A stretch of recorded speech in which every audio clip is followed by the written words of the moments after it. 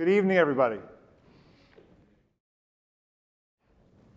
25 years ago, I was on this dirt path in Zaire, a country that's now known as the Democratic Republic of Congo. I'd just been picked up a Land Rover on the eastern border of Zaire, and I was traveling with 4 ecologists to a research site in the rainforest about 5 hours away. To get to the site, I was told that we were going to get on the Trans-Africa Highway, a highway that was constructed in the 1960s that goes from the coast of Kenya in the east all the way across to Lagos, Nigeria in the west. And it's about an hour into the trip. We're still on this dirt path. Jungle is crawling in from both sides. There's no people, there's no markets, no towns. The potholes are so frequent and so deep, we spent about a quarter of the time getting in and out of the vehicle to avoid bottoming out or tipping over. So I asked the driver, when are we going to get on the Trans-Africa Highway? And he said, this is the Trans-Africa Highway. In fact, he said, this is the best part of the Trans-Africa Highway in Zaire. He said, you get to the middle of the country, it's absolutely impassable. And so that day was my first introduction to what happens with 30 years of dictatorship. Mobutu Sese Seko and his cronies had looted Zaire, completely immiserated the people. And one of my traveling companions said, yeah, Mobutu's been absolutely horrible for the people of Zaire, but he's been great for the environment. And what he meant is, you can see in this picture, for the first time in decades, the forest is expanding at the expense of humans rather than the other way around. But his comment that what's horrible for the people is good for the environment, it stuck with me. It stuck with me because I had planned on spending much of my career trying to address these 2 great challenges of the 21st century: reversing global environmental change, or at least slowing it down, trying to end poverty, extreme poverty in particular. And what he was voicing was a widely held belief that progress on one of these challenges implies regression on the other. And President Bolsonaro in the Amazon, he captures this sentiment when he says protecting the Amazon means keeping the people that live there in poverty. President Trump, he's shrinking parks and national monuments in the United States, and he says that these impede the ability of poor rural communities to exploit these valuable natural resources in their midst. And it's not just populist rhetoric that leads to this idea that there's a negative relationship between the solutions to these 2 challenges. Because it's true that environmental solutions tend to raise the price of energy, water, food, housing, land. And these expenses are a big part of poor's budget. So naturally leads to a question, are we protecting the environment on the backs of the poor?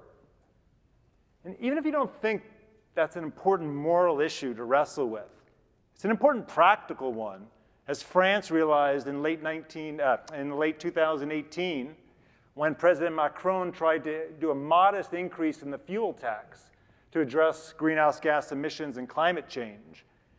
And the Gilets jaunes, or the yellow jacket protesters, poured into the streets in response, shutting down towns and cities across France and deep-sixing that increase in the fuel tax.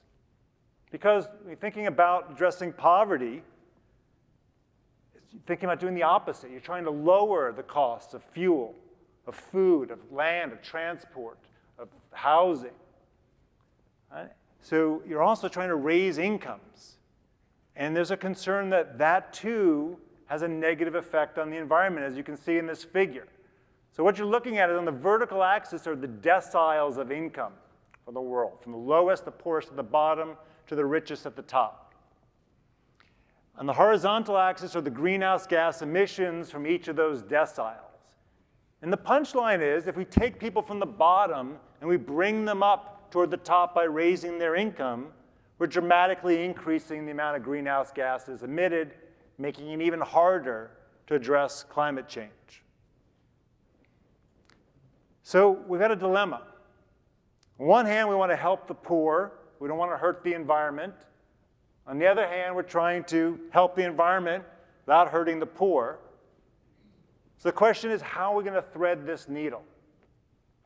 And it turns out it's actually simple. It's a two-part solution. First part is you tax the undesirable behaviors, just like we tax cigarettes to reduce smoking. And then the second part comes in to deal with the negative effect that that's going to have, that tax on the poor, is we're going to return those tax revenues back to people in a lump sum dividend. We're going to cut a check to everybody, just like Alaska does to its citizens using its oil tax revenues. Right, so the tax gives you the environmental benefits. The dividend gives you the poverty benefits. The poor are going to get back more than they actually spend. Wealthy are going to spend a little bit more, but they value clean water, clean air, open space a lot more, so everybody wins with that solution. Problem is that low and middle income countries like Zaire, they don't have the institutional capacity to implement a solution like that. And in high income nations like the US, we don't seem to have the political will to do it. So we've got to be more creative. We've got to find pathways in the environmental and poverty programs that we already have.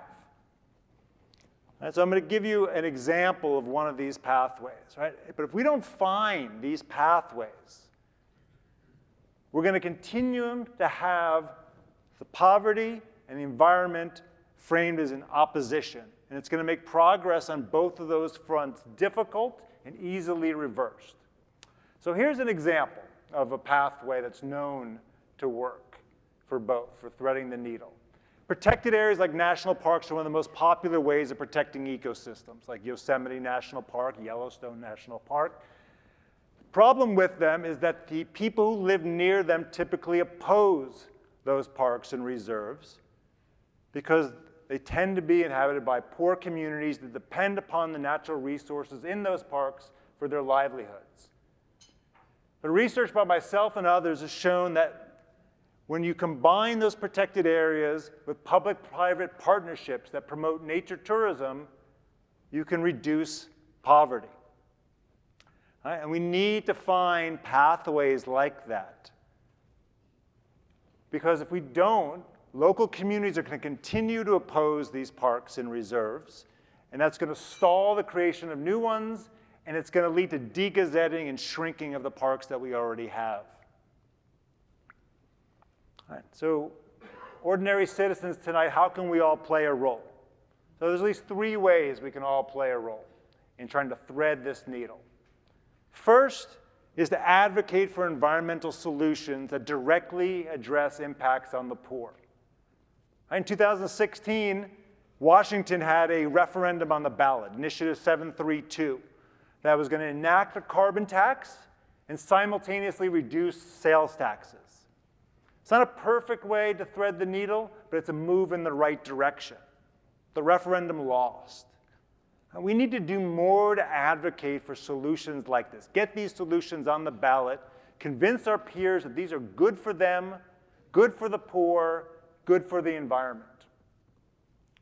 All right. Second is we all need to contribute to creating innovative solutions. All right. We have the data now. We can predict where national parks are likely to reduce poverty and help the environment. It's the yellow areas in this map of Costa Rica. We can also predict where these parks are going to make poor people worse off. It's those black areas in the same map. And those black areas tend to be remote, and they're costly to bring tourists to the nature. But maybe we can bring nature to the tourists through some of these innovations with virtual reality that might allow local communities to take tourists on private tours in their parks virtually, and therefore receive benefits from those activities. And the third way we can all contribute to threading this needle is to support scholar-practitioner collaborations that test new ideas to thread this needle. And in addressing environmental protection and poverty, we need to be a little more like medicine, where practitioners from the private sector and the public sector collaborate with academic researchers to rigorously test new ideas in clinical settings. We're just starting to do that in non-medical fields. For example, Katie talked about EPIC at Hopkins. EPIC collaborates with environmental program administrators to run randomized controlled trials in real-world environmental programs. And just like trials in medicine, these trials are designed to yield scientific information that can be quickly adopted by the practitioners and be scaled up in their programs. And so with these three actions, advocate for institutional change, contribute to innovative solutions, support scholar-practitioner collaborations, we can thread this needle, and we can ensure that we're not going to have to choose between protecting the environment and ending poverty. Thank you for your time.